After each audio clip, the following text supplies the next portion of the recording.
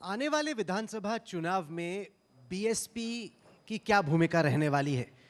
क्या मायावती जी और बीएसपी ये चुनाव जीतने के मकसद से लड़ रहे हैं, या अब जीतना इनके बस की नहीं, या फिर अब बीएसपी बीजेपी की बी टीम बन चुकी है? इन तमाम सवालों पर चर्चा करने के लिए इस वक्त सतीश चंद्र मिश्रा हमारे साथ हैं, जो कि यूपी का दौरा कर रहे हैं और ख़ासतौर से पंचायत आज तक के इस कार्यक्रम के लिए यहाँ लखनऊ आए हैं। स्वागत है आपका।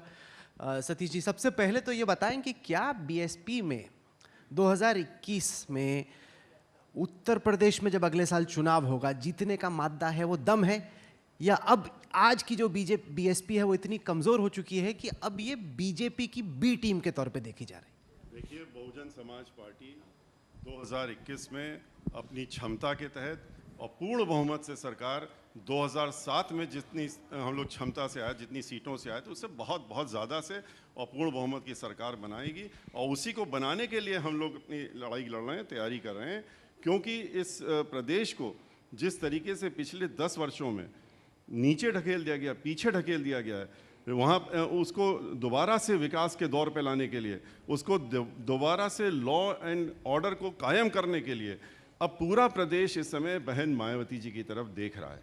और 2007 में जब हमने सरकार बनाई थी तो इसी प्रकार से लोगों कह रहे थे कि बहुजन समाज पार्टी कहाँ से आ जाएगी, बहुजन समाज पार्टी की सरकार नहीं बन सकती।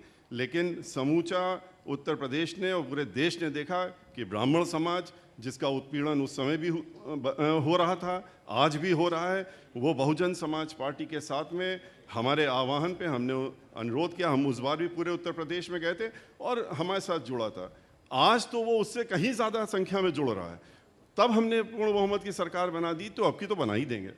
लेकिन अगर आप चुनाव दर चुनाव वोट शेयर की एनालिसिस करते हैं बीएसपी की, तो 27 से 22 फिर 19, अब ऐसा लग रहा है कि लोकसभा का चुनाव हो या विधानसभा का, बीएसपी अभी 18-19% के वोट शेयर की पार्टी बन के रह गई। इतना वोट तो आपको मिल जाया करता है, लेकिन ये चुनाव जिताने के लिए आपके लिए काफ़ी नहीं। आप बिल्कुल ठीक कह रहे हैं। चुनाव जीतने के लिए 30% और उसके आसपास वोट चाहिए होता है। और आपको मालूम है कि उत्तर प्रदेश में 13% तो सरकारी आंकड़ों के हिसाब से, 16.5% एक्चुअल में ब्राह्मण समाज है, और 23% सरकारी आंकड़ों के हिसाब से, और लगभग 24 से 25 एक्चुअली जो शेड्यूल कास्ट है वो हैं। हमारे साथ जो हम अब की बार ब्राह्मण समाज जिस तरह से 2007 में हमारे साथ जुड़ा था, तो जुड़ करके दोनों 13 और 23 कितने होते हैं आप खुद समझ लीजिए।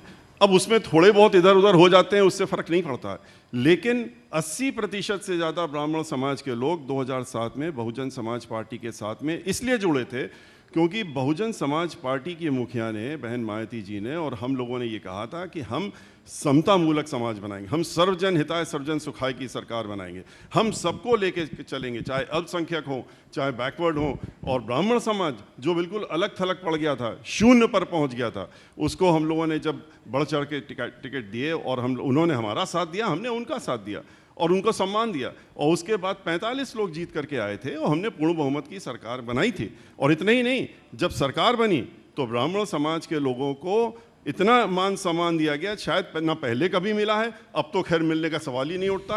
अब तो यहाँ पर उनको खाली नाम पूछो, रोको, और नाम अगर किसी ब्राह्मण का निकल के आ रहा है तो जो नीति है इस समय कि अगर मजबूत ब्राह्मण है तो उसको रोक के ठोंक दो और गोली मार दो, चाहे सीने मारो चाहे सर में मारो, लेकिन मार दो उसको।